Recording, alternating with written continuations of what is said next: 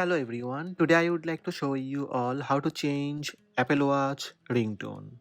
Let's have a look. First, press digital crown button to access app screen. Tap settings gear button.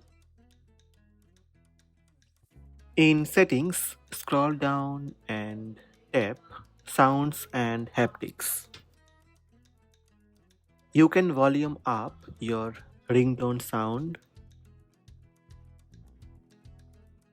Now scroll down and tap ringtone. Here you will see several ringtones.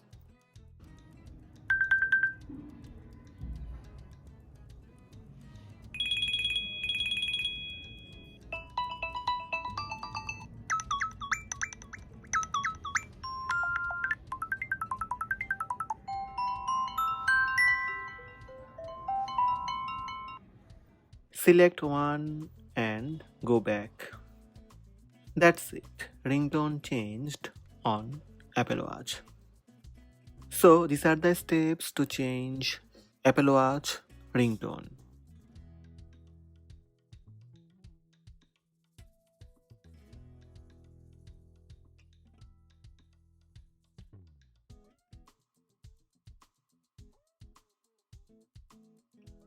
Hope this video help you. Please subscribe my channel by tap subscribe button.